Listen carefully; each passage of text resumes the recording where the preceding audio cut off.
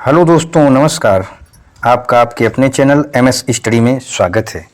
पिछली कक्षा में हम लोगों ने हिंदी साहित्य का इतिहास दर्शन का अध्ययन किया था। आज हम लोग हिंदी साहित्य के इतिहास की लेखन पद्धति जिसका अध्ययन करेंगे। इसके अंतर्गत हम देखेंगे वर्णानुक्रम पद्धति, कालानुक्रम पद्धति, वैज्ञानिक पद्धति, विधेयवादी पद्धति। वर्णानुक्रम पद्धति क्या होती है? इसको हम वर्णमाला पद्धति भी कहते हैं। इसमें लेखकों का वर्णन उनके नाम के अक्षर के आधार पर होता है। कालानुक्रम पद्धति में काल के अनुसार यानी उनकी जन्म तिथियों के अनुसार इतिहास लेखन होता है। वैज्ञानिक पद्धति, इसके अंतर्गत हम देखते हैं क्या देखते हैं? क्रमबद्धता, तथ्यों की पुष्टता, है ना, और व्याख्या और विश्लेषण। अब बात आती है विधेयवादी पद्धति। विधेयवादी पद्धति में हम तीन महोदय ने जो 3 बिंदु बताए थे, 3 आधार बताए थे: जाति, वातावरण, क्षण। प्रश्न यहीं से बनते हैं इन परीक्षाओं के लिए, जो बहुत ही महत्वपूर्ण है। आज की हमारी क्लास जो होगी वे 8वीं क्लास होगी। अब हम आगे देखते हैं वर्णानुक्रम पद्धति। इस पद्धति को वर्णमाला पद्धति भी कहा जाता है। प्रश्न बनता है वर्णमाला पद्धति किस पद्धति को कहा जाता है? तो हम बताएंगे वर्णानुक्रम पद्धति को कहा जाता है। इसमें लेखकों, कवियों का परिचयात्मक विवरण उनके नामों के वर्णानुक्रम के अनुसार किया जाता है। जैसे इस पद्धति में कबीर और केशव का विवेचन एक साथ किया गया है। किसका किसका? कबीर और केशव का विवेचन। किसके आधार पर? वर्णों के क्रम के आधार पर। जबकि इनका जो काल है वो बिल्कुल अलग है। किनका?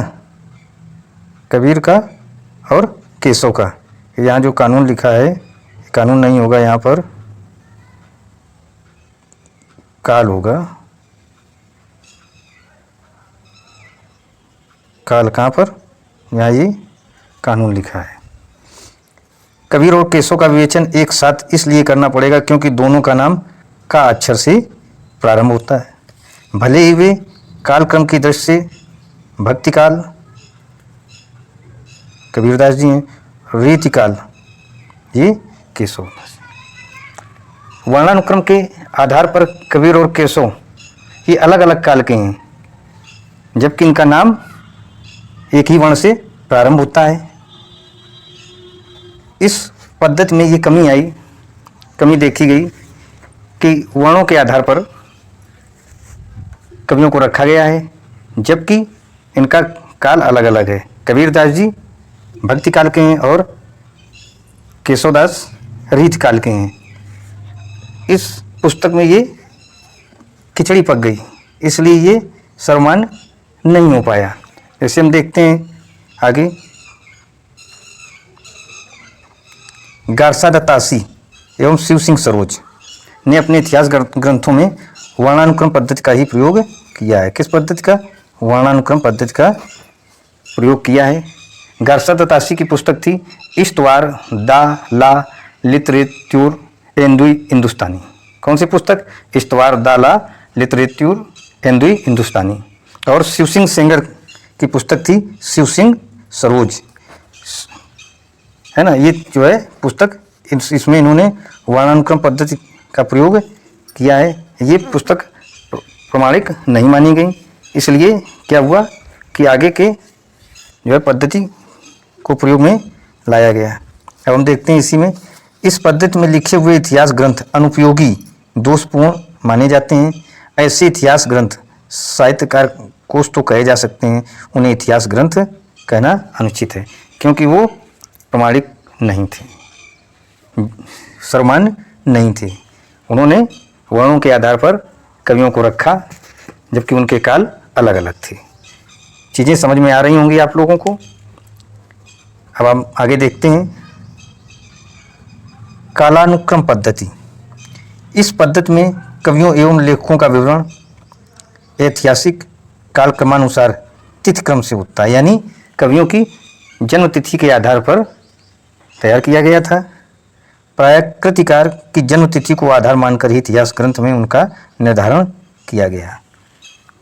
जन्म तिथि देखी समान है, उन कवियों को रख दिया गया, जबकि किसी कवि की जन्म तिथि कुछ है और उसने लिखा किसी और काल में है। इस कालक्रम पद्धति में जॉर्ज ग्रियर्सन एवं मिश्र बंधु, इन्होंने इस पद्धति में अपने इतिहास ग्रंथ लिखे हैं। जॉर्ज ग्रियर्सन की पुस्तक the modern vernacular literature of Hindustan, कौन सी पुस्तक? The modern vernacular literature of Hindustan.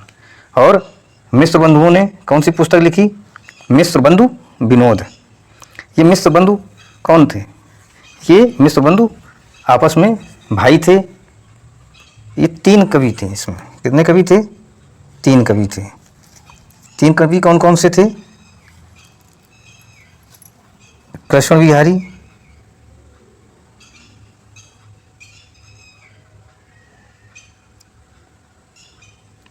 Krishna Bihari हो गए, सुखदेव बिहारी,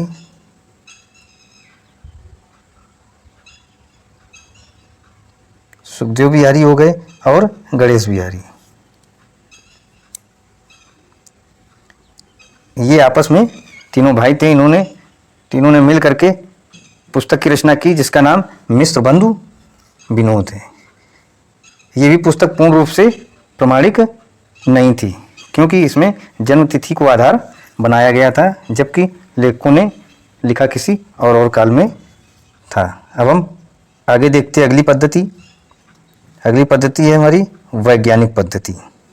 वैज्ञानिक पद्धति में इतिहास लेखक पूर्णतः निरपेक्ष एवं तटस्थ रहकर तथ्य संकलन करता है और उन्हें क्रमबद्ध एवं व्यवस्थित रूप से प्रस्तुत कर देता है। इसमें क्रमबद्धता एवं तर्कपुष्टता अनिवार्य रूप में होती है।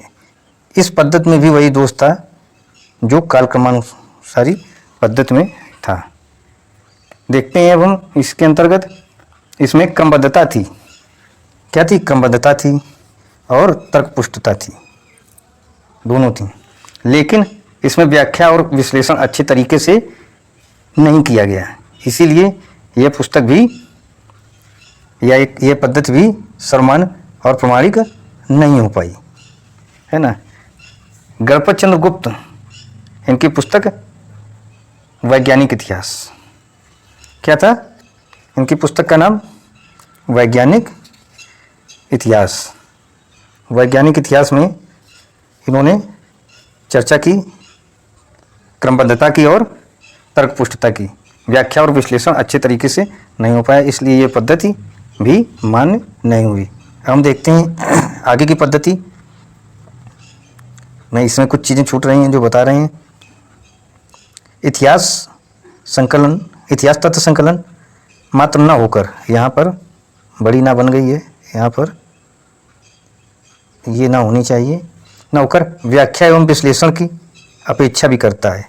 कहने का मतलब इसमें क्रमबद्धता और तथ्यों की पुष्टता के साथ साथ व्याख्या और विश्लेषण भी होना चाहिए। इन विद्वानों के तथ्य संग्रह उपयोगी तो हो सकते हैं, पर वह पूर्ण सफल तभी कहला सकते हैं जब व्याख्या एवं विश्लेषण पर अपेक्षित ध्यान दें, है ना। जैसा कि अभी हम बता चुके हैं कि इसमें व्याख्या और विश्लेषण पर इनको विशेष ध्यान देना चाहिए, जो कि अच्छे तरीके से नहीं हो पाया।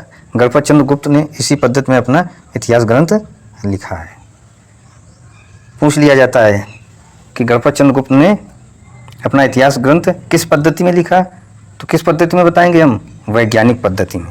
यदि वीडियो आपको अच्छा लग रहा हो तो लाइक और सब्सक्राइब कीजिए तथा दोस्तों में शेयर कीजिए। अब हम अगली पद्धति देखते हैं, विधेयवादी पद्धति। साहित्य का इतिहास लिखने में यह पद्धति सर्वाधिक उपयोगी सिद्ध हुई है। इस पद्धति के जन्मदाता 3 माने जाते हैं, जिन्होंने विधेयवादी पद्धति को 3 शब्दों में बांटा है। वो शब्द 3 कौन कौन से हैं हम देखते हैं। पहला है जाति, दूसरा वातावरण और क्षण विशेष। साहित्य के इतिहास को समझने के लिए उससे संबंधित जाति परंपराओं, तदयुगीन वातावरण एवं परिस्थितियों का वर्णन विश्लेषण अपेक्षित होता है। यानी युगीन वातावरण, जो वर्तमान समय में जो वातावरण हो और जो परिस्थितियाँ, उनका वर्णन और विश्लेषण कैसा है, अपेक्षित होता है। जाति वातावरण क्षण को आधार मानकर ये लिखा गया है। इसमें आचार्य रामचंद्र शुक्ल महोदय ने क्या किया है, तदयुगीन परिस्थितियों और वातावरण के परिप्रेक्ष्य में अपना जो है ग्रंथ या पुस्तक लिखी है, जिसका नाम है हिंदी साहित्य का इतिहास। ये इतिहास जनमानस की विचारधारा को आधार मानकर लिखा गया है और यही विधेयवादी पद्धति है भी। इसमें हमें क्या करना है, जनमानस की विचारधारा को ध्यान में रखते हुए तदयुगीन वातावरण एवं परिस्थितियों का वर्णन और विश्लेषण करना होता है। आचार्य रामचंद्र शुक्ल जी ने अपने पुस्तक हिंदी साहित्य का इतिहास में आदिकाल को 4 भागों में बांटा है। वीर गाथा काल, पूर्व मध्यकाल, उत्तर मध्यकाल और आधुनिक काल।